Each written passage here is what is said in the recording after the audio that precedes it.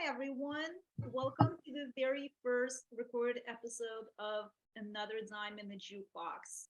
I'm your host, Maria Lebedev, and today our very first guest is Karen Mason-Blair. Karen is a Seattle photographer who is famous for taking pictures of the Seattle grunge scene in the 90s. She took pictures of many notable grunge stars such as Nirvana, Pearl Jam, Alice in Chains, and many others. And today we're going to chat with her a little bit and find out more about what it was like to be a part of the Seattle grunge scene. So, um, okay. so Karen, hi, how are you today? Good. Thanks for having me. No problem. Thank you for being my very first guest. And my first question is, how old were you when you took up photography, and how did it all start for you, basically? Well, I've actually, I was into photography, in my youth and then I was managing a band in high school and they needed photos. So I called around and asked photographers, what the price was. And I said to the guys, I was like, "Hey guys, we can buy a camera for as much as they're charging for this photo session." Oh, And wow. they said, "Go for it." So so that's when I bought my first, official camera. And then I started taking pictures and they're like, "These are fantastic." And I was like, "I don't know. Okay." And then I went and I got my commercial photography degree. And all I wanted to do, like once I realized I could marry music and photography, Mhm. that was it for me, so because that was my passion, most, music drew me to photography and photography, drew me to music. Mhm. And so yeah. And then I moved to Hollywood and had my studio in Hollywood. And that was right in the 80s when all the, hair bands were blowing up, right? Like Guns N' Roses. Yeah. And Oh, yeah. yeah. Yeah. And Duff's a friend of mine, he was from Seattle. And so he was in LA. And then I moved back because I just really, LA, it was good, but it just wasn't my jam. And so I moved back, and that's right when grunge started to explode. And then because I had been in LA, I had all these LA contacts, because this is well before the internet and and stuff like that. And so they'd call me on the phone. They'd say, "Oh, Karen, can you get pictures of this Seattle band?" Because they didn't have any photographers in Seattle. Mhm. I see. Okay, and you were living in Los Angeles in the 1980s. What year did you move there again, exactly? Well, I want to say it was like 88, 89, and then I moved back in 90. Yeah. Oh, I see. So you only spent a couple of years here. One year in LA. I see. Okay. I see. And yeah, basically you said that LA just wasn't your scene and you missed Seattle. So you moved back. Yeah, and I mean, I was doing good. Like, I mean, I took the first, promo pictures of Faith No More, for the album The Real Thing. You know what I mean? Like that, it was really cool. And like I said, it was so crazy. Like I would be in the pit. Okay, so there's a perfect example. I'm gonna go, take pictures of Megadeth, right? And Dave's my buddy, and I know him. And so I get to the Megadeth concert at Long Beach, and there's literally like 30 photographers in the pit. And I'm like, "Oh my gosh." And then they're just like posted up, like, "I'm not moving." And I'm like, "Oh my gosh, you're not even gonna move?" Like, no, they're not even gonna move. So I'm like, I am never going to be able to sell a single one of these images because well, it's just there's just so many people, So I go way over to the side stage, and Dave's up there playing it, and he sees me, so he comes over and stands right in front of me because he knows I'm not going to get the shot. And it's just like, I was like, "Well, that's great. I mean, thank you, and then other photographers, it's mostly all men, come running over, and then Dave goes back. He just gave it to me, and I was like, "Thank you." Nice of him to do that for you. Yeah, it was Oh, definitely. Well, I mean, you would be surprised that a lot of these men, in the bands are total feminists. They want to empower women. It's more like the record people and the management people and the behind the scenes people were really more down on women than the actual musicians and artists. And Mhm. and and I found a lot of I mean, like Kurt Cobain helped me a lot in my career. Oh, So amazing. you know I'm a huge Nirvana fan. I have been since I was 17. And although I do like their one acoustic album, like a lot more than their like actual grunge plugged in stuff. mhm. I mean, I'm still a Nirvana fan. I love Kurt's music. Yeah, I've actually been trying to learn how to sing some of his cover. I mean, a cover of his songs. But Wow. yeah, it's amazing to me that you actually met him and that you worked with him. And one of my questions for you later today is actually going to be about him, but we'll get to that later. Sure. So, I read that, I mean, I read in your biography that you were operating a studio in Los Angeles in the late 1980s. So, can you tell me a little bit more about that? Sure. Yeah. Crazy thing is, so I moved to LA. I live right on Hollywood Boulevard, which was fantastic. I mean, that's just crazy. And and then I start looking for a studio and I see this ad. And so I call the guy and I go to the studio and I go walking in and this guy has a picture of Annie Leibovitz on his wall. And I'm like, what? I said, did you take that? And he goes, yeah, Annie Leibovitz is a friend of mine. I'm like, I'm renting this space right now because she's like my hero. And so it was at the brewery, which is it's in downtown LA, right off of Main Street. And it's like this artist commune. It's a giant warehouse. It used to be the old Pabst Blue Ribbon. That's why they call it the brewery. So Uh-huh. they used to make beer there, and they transformed this entire property into artist lofts. And so so you can live there, live and work. And it was like one of the, that's when they just started this whole artist thing. And there was a restaurant, there was a film lab, there was Sammy's camera was in there. You just walk down, rent a lens, walk down, get your film developed. I had my own dark room, I printed all my own stuff.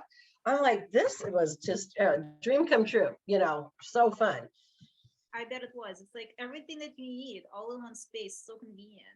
And it was like the who's who, like everyone pretty much in that building was very, very successful, because they had these spaces. And so they would just, there was always this really great energy, around the building. Hmm. I bet. I bet it was. Okay. And so, and then when you moved back to Seattle after 2 years of living in LA, you operated a studio in the Pioneer Square in the early 1990s. So, another photography studio in Seattle. Exactly. And it was right in, like, Pioneer Square is like, kind of like in the heart of Seattle. And yeah, so I moved back to Seattle. I got rented a studio. And then most of my pictures, like, in my book, The Flannel Years, all those pictures were taken at my studio, all the studio shots. Mhm. And which was, it's really cool. And then I ended up losing my studio in the earthquake because the building was very, very old. And so I probably never would have left. I was there for like, oh, I don't know, 13, 15 years at my studio. And And what yeah, happened? so moved back. And then in Pioneer Square, like where most of the bands in the early 90s, they would all play at the Central. And so I was only like 5 blocks from the Central, which Awesome. was which How was great. convenient is that? Yeah. And then above the Central, they had some offices, and that's where Pearl Jam's manager, Kelly Curtis, and Susan Silver, who managed Alice in Chains and Soundgarden, that they had their office right above the Central. And I was like, okay, this is so fantastic.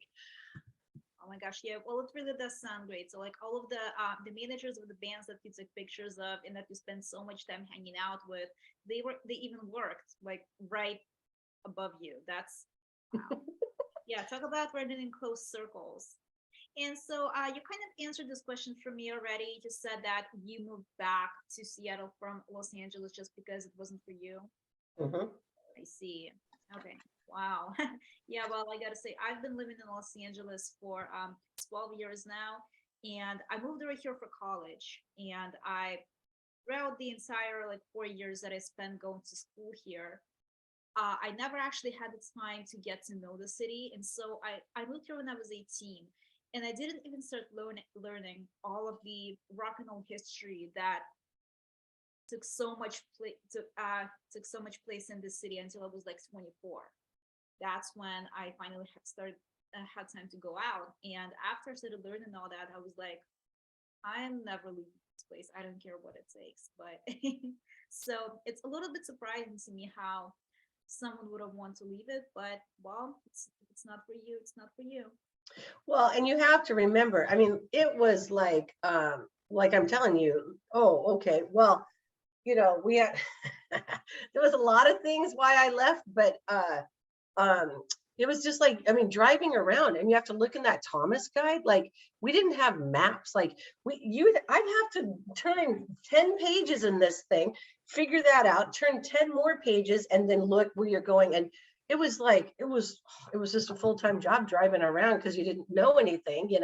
And well, and really for me, it's like I don't know. I mean, I really felt like I really feel like they were down on women, in that industry, and whatever. I mean, I'm not using that, I mean, um, believe me, I just wasn't going to jeopardize my integrity, for my career, and I wasn't going to sleep my way to the top. That just sounded so gross to me.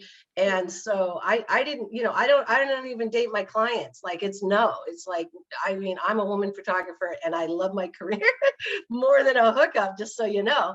And it's like, I just kind of felt like, that was kind of, I was being objectified, or whatever the word is. But I was like, no, I'm just going to move back. And never before could you be an entertainment photographer in Seattle, right? That was the other thing why I moved to LA in the first place. Mhm. And then when I was like, wait, oh, and then the minute I moved back, the bands are like, Karen, take our pictures. We just got signed. Karen, take our pictures. We just got signed. And it was like dominoes. It was like boom, boom, boom, boom, boom. Everybody was getting signed. And then I'm like, wow, this is perfect timing. Well, that's great, and it kind of leads me to my next question, which is, what year did you start taking pictures of bands performing in Seattle clubs? The earliest photographs that I found on your website and on like some other platforms that I researched on, the earliest dates date to 1990. Is that around the time when it started? Because like that's when you moved back to Seattle from LA. Yeah. Well, and believe me, sadly, I lost a lot of my images. I had very early Metallica, Tom Petty. I mean, I had all sorts of images that are just, got lost. And so I have pictures before 88, I just haven't released them, and it's what's really funny, like when I was making my book, I self-published my own book, and it's very humbling to go, hi, these are some of the first pictures I've ever taken. You know what I mean? Like, they're great. I mean, but you only get better. You know what I mean? It would be like you released, like, you're a band and you're like, here's the first song, we ever recorded. And then you're gonna go, hi, do you want to buy this? And you're like, oh no, like, you only get better as an artist, and so believe me, I have more images, I just haven't released them yet. I see. Well, yeah, I can understand that. I went to college for art and design, and I used to draw a lot when I was in high school, and so I'm very familiar with the concept that your first work, it's compared to the stuff that you do after you learn more and after you have more experience doing something, it's like it dulls in comparison. So yeah, that's definitely understandable. But yeah. And Well, and in the early 90s, in the clubs around here, they just they didn't even have lights. There was hardly any light shows. And so it was dark. And this is well before autofocus with a laser. And you just can't see. And then you got to flash film and all that stuff. I mean, it was crazy. And then eventually they all started getting lights because there was such a music scene. So then the club started investing in light shows. honestly, I can't even imagine what it would be like because, like, right now in LA, even in like the clubs that are not the most well known, it's like the atmosphere is still like good enough and there is enough good lighting that you like. I see pictures after those shows done by photographers all the time. So, and I'm not necessarily saying that they're like seedy bars that I go to for those shows, but it's not like it would be like the Whiskey a Go Go or something. Right, right, exactly. Wow. So yeah, I can't even imagine that. Well, and that was the whole thing is that the whole kind of birth of the grunge movement was in fact that a lot of bands would go to New York and LA and they wouldn't drive to Seattle to play, right? And because then they had to drive through all these other states, and then by the time they get to Seattle, it wasn't worth it. So all these bands wouldn't tour here. So we made our own music scene. That is really the bottom line. And then so we're like, well, we're just going to play our own music. And then the clubs would say, well, we're not going to do live music because nobody comes out to it.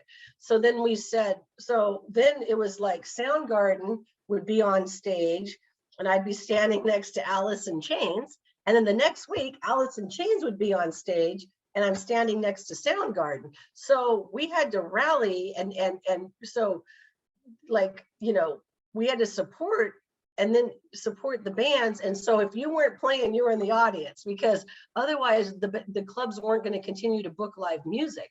So not only did we, did grunge come up with their own genre, but we created our own music scene by supporting, our friends in these bands. And then it just started going, wow, people are like, oh my gosh, like this is so great. And so, but we had to build it. It wasn't happening. There was no live music. You guys definitely came out with something amazing because the names that I was reading and the names that you just listed, it's like who doesn't know about Soundgarden or Alice in Chains or Pearl Jam by now? It's like those are really, really well known names and like they definitely jump off the page. And it's amazing that they all originated from something that was like seemingly so small, and then they grew bigger. And they all started doing it. They all started getting to like going to those clubs and performing at those clubs because there were no other bands that would stop by. I mean, yeah, well, New York and LA, they're definitely like they're known to be these cities for like art and music. And like obviously there was a huge scene in LA in the 80s with the hair metal and stuff. There was a lot going on the Sunset Strip. So, and it's great that they created something of their own in Seattle. So, how did you get into the grunge scene in the first place? Or did I already ask that question? No, I think you asked about photography, but the thing is that we were all friends, right? And we just did everything together. I mean, Jerry Cantrell would sleep on my couch. I would drive him to music practice, band practice, and I was taking pictures, all sorts of pictures back then, too. And no one had a camera, but they were my friends. I mean, they could have played rock, they could have played pop. It didn't matter, you know what I mean? Like I said, I mean, I kind of, hung out with, the metal crowd, like Metallica and them, they're my friends. And, I did hair band, I did metal, and then grunge, you know. but it was just the evolution of things, and yeah, and of course we just love that music, I mean, coming off of the 80s, there was just so much truth in their lyrics, like, I'm a negative creep and I'm stoned, or whatever, it's like there was just a lot of honesty, and not only did the music resonate with me, but a lot of the lyrics did. And then just you know, getting out your, anger or your depression, and just, banging your head and going home feeling totally better, it was great. I mean, yeah, well, I bet it was. Yeah, definitely. I should listen to grunge more. I mean, I've heard, I definitely like Black Hole Sun. I like that song. I love Eddie Vedder, but Mhm. my, like, honestly, there's only one album that I ever listened to by Eddie Vedder, and it's the soundtrack to the movie Into the Wild. Oh yeah. He sings like the whole soundtrack, and I love that movie. It's one of my favorites, and I love his lyrics on that soundtrack. And I have listened to a couple of Pearl Jam songs, and I just need to get more into it. I mean, I liked what I heard, but I think that at this point, I've been more into the whole like 80s pop and also hair metal. I've gotten really into into heavy metal recently. Mhm. Like grunge is definitely something that I need to listen to more. Well, besides, Well, yeah, I mean, actually, for a long time, I mean, I was like, Soundgarden is so heavy. Like, they are heavy metal. I mean, we're going to call them grunge because they were birthed here. You know what I mean? And people just want a hook or whatever. And of course, Chris Cornell's, vocals are just insane. But I mean, you listen to some of that stuff, it is like Loud and Love. And I mean, it is heavy. oh my gosh, well, it definitely is Nirvana stuff. It's Yeah, definitely really heavy. Definitely. totally. Describe the atmosphere in the clubs where the grunge music was played. What was it like back then? Oh, I often say I could describe the entire movement in 2 words: love and support. That Wow. was it. Oh my Yeah. I mean, there was a lot of love in those rooms, and there's a lot of support. And, we all, propped everybody up. And it wasn't this competitive thing, which I found that in LA was everyone's really competitive. And like, people wouldn't clap for a band. And I'm like, what? I don't know. I was clapping. They're like, why are you clapping? I'm like, I like that band. I don't know. But and so we'd clap and we'd cheer and and then tell our friends and then bring our friends and then they'd bring their friends and then we would make bootleg tapes. Oh, you got to listen to this, and it was just really fun. Yeah, so pretty much everything just originated from friendship and support, and like honestly, that sounds really awesome. Wow. Yeah, pretty special. I see. So, like, compared to the early 1990s, what's the music scene in Seattle like right now? Are there still some? Are there still any grunge bands around? Are there any new bands that came out in the 21st century that are in the grunge genre? Like, what's it like? Yeah, well, I don't, I think that, the grunge window kind of closed, well, it closed, after the 10 years, right? And then it's kind of opening again. And there's all sorts of, we still have a lot of great bands coming out of here. I mean, Macklemore. I mean, now granted, he's not grunge, but he's certainly, he's representing Seattle nicely. He's hugely successful. And then the singer-songwriter Aaron Jones, I took his pictures.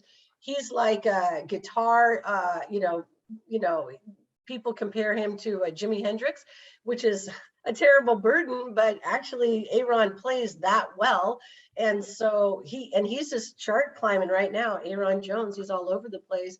And so he just came out of here. I mean, he just started charting like, I don't know, like 2 years ago. And he's had some number one singles.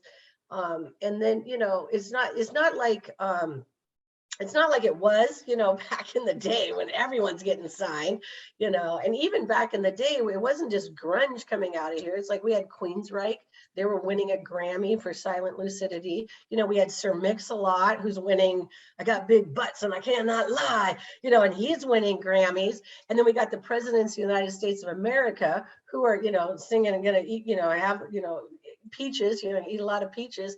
And and it's just like, I mean, like, that's all I mean, like, in 5 years we have just all genres, it was just crazy. So yeah, there's still, and then Mike McCready from Pearl Jam has a label, and he's been signing some local bands. And that Thunder Pussy, they're on tour right now with Alice in Chains, and they're blowing up. It's an all-girl band, and they're totally nicest people, and they're beautiful. They're beautiful. And if you want to go see a really good rock show, go. They are performers, like they are doing they're just so energetic on stage, and really great, really talented girls, So yeah, so music's still happening. It's at a little smaller level, but it's still coming.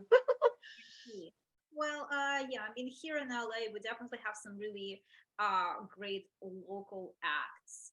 I've been listening to quite a few of those lately. I'm just gonna drop some names. I want to know. Saber, Susie Moon, you definitely have to check her out. She recently came out with a new album. I just listened to it yesterday, and it's got like this really energetic, I'd say 90s sound combined with like early 2000s rock, like, I don't know, like All American Rejects or something. At least that's what she sounded like to me. So Susie Moon, check her out. Susie Moon, we'll write down. Okay, and the name of the band that you said is touring with Alice in Chains, what was their name? Thunder Pussy. You gotta check them out.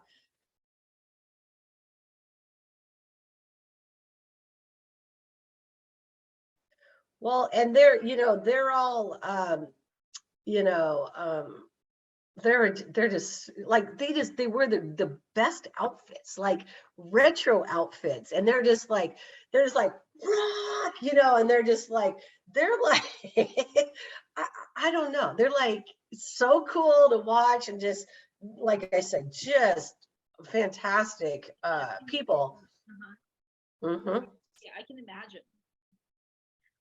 So, well, obviously, my next question is were you friends with any of the musicians you photographed? And you actually already kind of answered that for me, because you said that you were friends with pretty much all of the bands that are mentioned in the list of artists that you took pictures of. And so were you closer to some of them than others? Like, what were some of the most special relationships that you had, and who were they with? Well, I think it was pretty, I mean, of course, Kurt Cobain, he was a good friend of mine, but I would say, I don't know, we just all loved. I don't think we ever, I don't like, yeah, I don't think I have a favorite. I mean, I just think we all had really good bonds, and really good, support for each other. And, they'd go on tour and they'd come back, and we'd hang out, and then they'd go on tour and they'd come back. And, but before, like in my book, most of those pictures are pre-fame, before the bands were famous. And I see that I just had a Gibson guitar did a mini documentary on me. And I kind of didn't get this until after I did the video, but they were saying, "You're friends with all the bands?" I was like, "Yeah." And they go, "That we've never really heard that story from a photographer." And I was like, "What?" I didn't realize how special it was, because it was just how my story is. But most photographers get called to just go take a picture of the band. They've never met them, they don't know anything about them. And so really, when you look at my photos, especially like the studio shots, the way that they're looking at me, it's very relational. It's like they love me and I love them, and then we take this really great picture that I got to make art with my friends. And I realize now, I mean, I've always appreciated it, believe me when I tell you that, but I just didn't realize how really special that is until I found out that most people don't have I didn't know. Well, it's definitely a very special concept. I mean, and it was really sweet, like when you said how your art and the whole experience that you had with those bands in the Seattle grunge scene, that all of it originated from friendship. Like honestly, that concept is just awesome. Um, so do you have any crazy backstage stories? If you could tell like one or a couple maybe, because a lot of the pictures that I saw of out of what you took, like there was quite a few backstage shots. So like any crazy backstage stories? Oh, I don't, I'd have to think about it, just I got a lot in my mind, but you know, everyone was so funny. Like everyone had such a, like, everyone was, we were just laughing our asses off. I don't even know. I mean, like Kurt Cobain was truly a really funny guy, and I know people, oh, was he always depressed? It's like, hell no. It's so ridiculous. No. And he got his angst out in his songs anyways.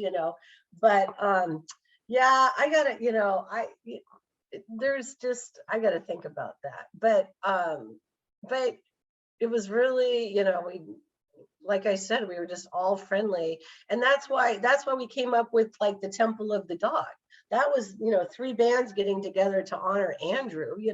And then we have, then what else do we have? We have SAP, which is, we got, Ann Wilson singing on songs. It's like and then we have Mad Season, which is other bands. It's like there wasn't competition amongst us, you know what I mean? Like I'm sure once the labels started getting involved, then it was this and that. But as a, like we had birthday parties, we'd load equipment in together, we'd sell oh, I'll sit here and sell t-shirts for an hour, okay. We were just doing what we can to make it to help our friends. And the thing is that we all loved the music. We knew we loved the music. We just had no idea the world was going to love the music. That's what the mind blow is. We weren't shocked that because we love the music. We just had no idea everybody else was. And like you touched on, it's like I think people feel that love and support. I think people feel it when they hear that music. And, I mean, the first albums were written more separately. And then those other albums, they were written, in our environment. And so what comes out of that? Really great music. Yeah, it's definitely really great music. Although, well, you said there was definitely, I mean, you said that all of it came from love and support, and that's an awesome concept. However, I gotta say, my association with grunge is more like moodiness or anger or something like that. And I know that those are negative associations. And on my part, I would have to say that I gotta listen to grunge more because when it comes to rock and roll, I'm more into like the 60s, the 70s, the 80s music. Like especially 80s, like lately I've been listening to a lot of Rod Stewart, and I've gotten more into heavy metal, like Mhm, Motley Crue or Def Leppard. And mhm. that music is exciting in like a really fun way. And grunge for me is always like a little bit moody, but it's so beautiful. I mean, Black Hole Sun, it's such a gorgeous song, like honestly. But Yeah, well, I'm not saying like the thing is that was our therapy, right? Like we're going to sing about the things that make us sad or that caused us pain or hurt or there's injustices of the world. And Kurt was burdened, his heart, he loved so deeply that he was burdened by all this, mistreatment to women, mistreatment to gay people. He was the first musician that said, if you're a homophobe, you are down on women, you're a racist, do not buy my album. He's first, it said that, do not buy my album. I don't even want you to own my art, because he just wasn't having it. And so what I'm saying is that I'm not saying it was like it wasn't, rainbows and unicorns, okay? But the point is that once you started telling the truth about your inward struggles or outward struggles or social causes, I mean, Therapy. then we could start having a conversation, but girls, going down on the Sunset Strip, it's like, okay, well, I don't really have that experience. I'm not really riding my Harley down the Sunset Strip, going to the strip bar. I didn't gravitate towards that. And then when someone starts singing about their feelings or about, things that are uncomfortable, and then you just bang your head and you go, wow, I got that out. It's very cathartic, and that's why it is a little heavy. And if you've never had those issues, I can understand somebody viewing it differently, but I had a lot of those issues. And I was like, thank you for singing about this, because I feel so much better.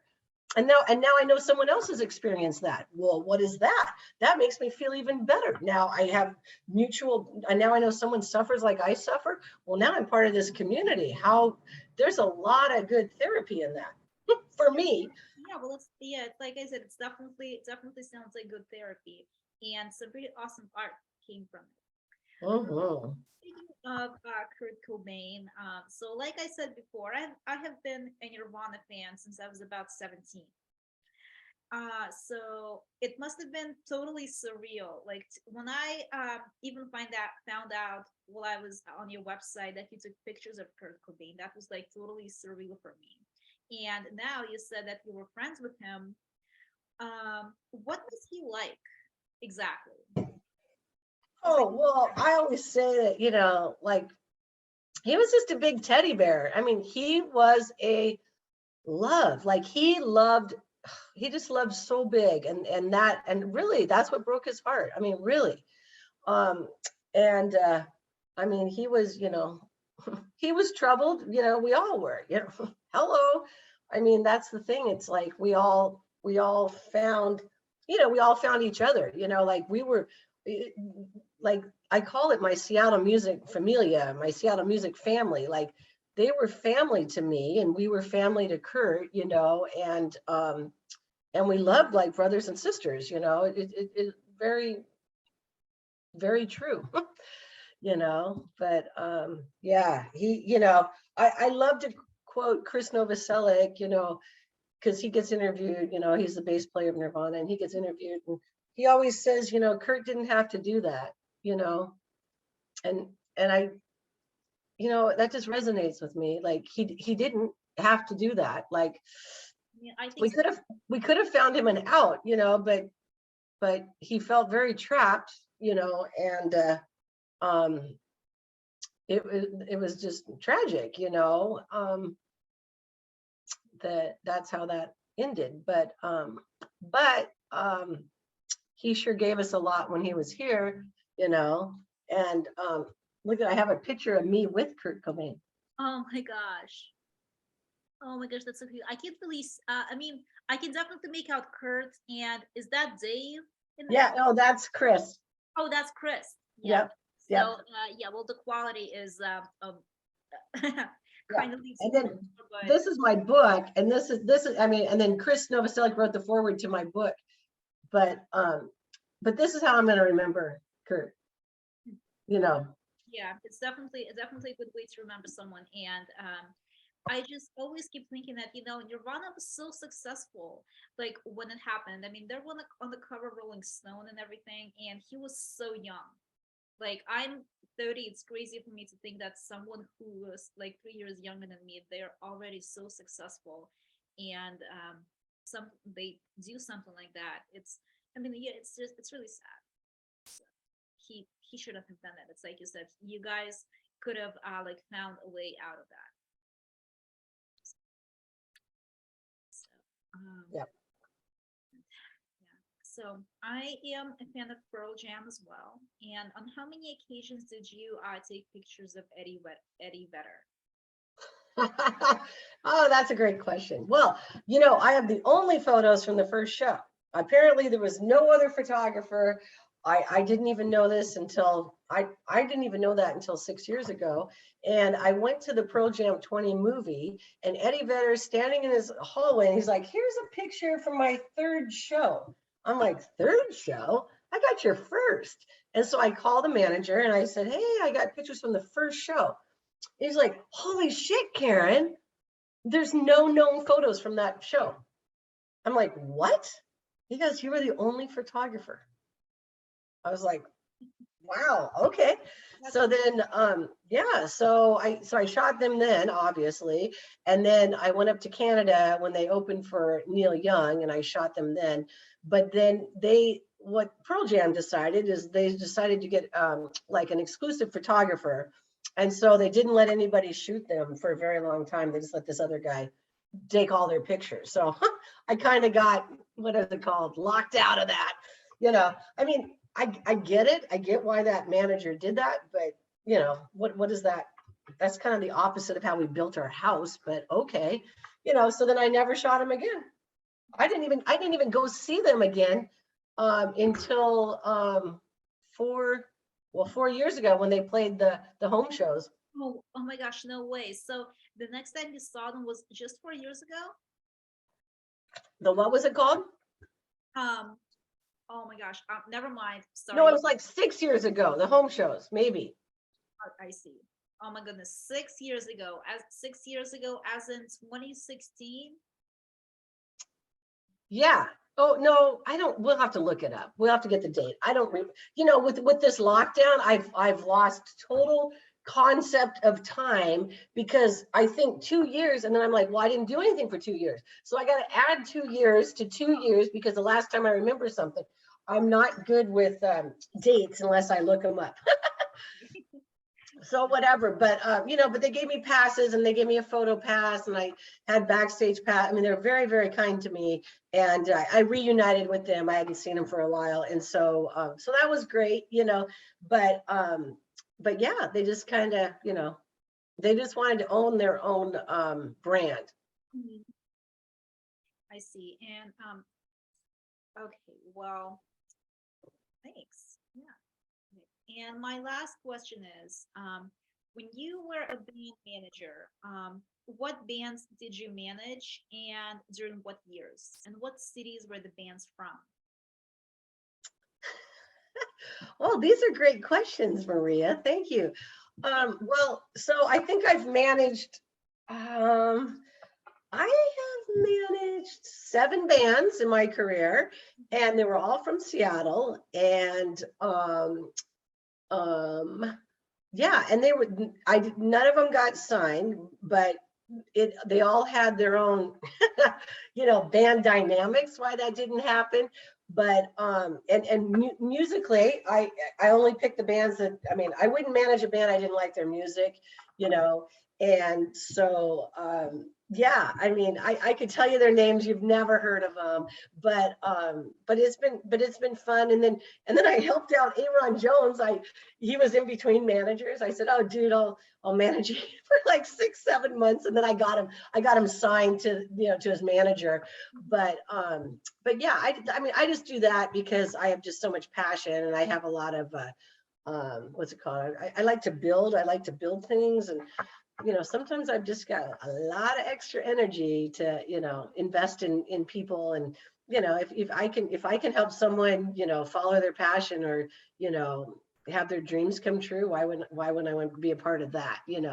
So it's just super fun, and it's fun just to see when the band's starting out. It's like it's just like we were loving Billie Eilish before she became uber popular. And like when you love somebody or love a band at that level, and then you watch them grow, there's no better feeling than watching someone follow their dreams in their passion with their art, and then they get to be and they actually turn it from their hobby into a profession, and they can pay their bills off their art. I mean, that is very hard to do, really, because like starving artists is not a joke. I mean, there's a lot of starving artists, and it's tragic, when art makes the world go round, art makes the world better. Why are we not supporting and investing our money into arts and artists, because what would the world be without art? Goodness, I don't care if it's visual, I don't care if it's audible, I don't even care. It doesn't matter. It doesn't even have to be photography by any means, but but my gosh, like I mean, I'm one of the few that make, money off of my art, and I didn't for, like it took me a very long time. And then once I did, then like I said, I was like, oh, I'm going to sit down. So I got married and, raised my kids. And I put all my images in a file cabinet, and I was just kind of done with the industry. And then, I got divorced and my kids are, already went to college, and I'm like, oh my gosh, I'll just bring this stuff out. And the next thing you know, people are like, oh my gosh, I've never seen those pictures before. I'm like, yeah, they've been sitting in a file cabinet. And then they'll say, oh my gosh, these are the best pictures I've ever seen of the grunge movement. And I'll say, thank you. I go, that's what I thought. But I couldn't get any jobs because they kept hiring all the guys. And I was like, well, if you guys don't want to hire me and you don't like my imagery and you don't whatever, I'm going to sit down. I don't need this rejection when I've put my blood, sweat, and tears and my passion into this imagery. And I'm, and I'm skilled and I have a degree, and this goes on. And I'm like, I don't know why I'm not getting these jobs. And I was just like, well, I don't know. So I just sat down. Now I'm back and it's really fun. I bet it is. Yeah, I definitely bet it is. I mean, I'm just gonna say this. I have been friends with a band that originated from LA since 2016. They have toured, they have performed in various countries, in Japan, in England, in Paris. In Paris, they performed in Iceland, or I think it's maybe Greenland. And like I said, they originated in LA, and they are being nominated for a Grammy, or they're trying to be nominated for a Grammy. I wish that, like, I asked them if I could cast a vote. I don't think I can, because it's not like up to the audience, or I don't think it's up to their friends. I think it's up to the Grammy committee to like really determine who gets to vote and who doesn't. And truth to be told, I mean, I do have my day job. I do have my I have my blog. I also take voice lessons, and obviously, like, you need your downtime. So I wish that I understood more about that than I do right now, but I'll get there. And I've been friends with them for the past 6 years. I go to every single one of their shows that they have in LA, and so, like, yeah, I totally get it. You definitely need a lot of support when it comes to um, supporting an artist, supporting art that's being created. But like, for me personally, because I love rock and roll so much, it's been really easy, because every single time I go to one of their shows, it's like a major treat for me, because I get to hang out at cool clubs, I get to listen to fun music, and I get to be with my friends. And they're always like, well, thank you so much for supporting us, it means a lot to us. And I always say, hey dude, it's my pleasure. Like, it's so much fun. See, so you do get it. That's what I'm saying. And that'll be indelible. You know what I mean? And we want them to go even higher. And you know what I mean? Like how cool, like there's no greater feeling than that. Like, I'm just saying, you walk in, they're your friends, there's the music, here's the scene, you love their people, you love them, blah, blah, blah, blah, blah. It's times 1,000. Such a great feeling. It is. It definitely is. Good for you. That's awesome. Thank you. Yeah, well, I can give you some information because my friend up here, he it's called the Recording Academy, and so there's, you can believe me, there's things you can do that gets you in, and I don't know if you have to pay or not, but he does all sorts of things with the Recording Academy, and he puts on seminars and stuff, and we can learn all sorts of information, and it's really cool. So mostly musicians are voting for musicians. I will tell you that in that Recording Academy. I mean, there's other areas, but a lot of the votes are voted by, like, let's just say Justin Timberlake. He's part of the Recording Academy, so he can vote. He can vote for that. Jerry Cantrell, Alice in Chains, he can vote for that. He's in there. So it just is. It's like that. So it's encouraging. So then these guys that have, or girls, let's just say guys and girls that have a musical ear, might really like your friend's band. And then if they like that friend's band, then they vote for them. I mean, there's a lot of corruption as well. And we're trying to lower the amount of corruption they got going in those Grammys. But let's just, Let's just hope they do good. And just to get nominated, they can say that for the rest of their life that they were nominated. Yeah, that's definitely true. It's already such an honor to just Yeah. be good. What's the name of your friend's band? The Falling Doves. The Falling Doves. I'm going to look them up. Yes. And Awesome. yeah, my friend's name is Christopher Leyva. Okay. It's Leyva. And so Okay. yeah, definitely look them up, check out their music. Their music is awesome.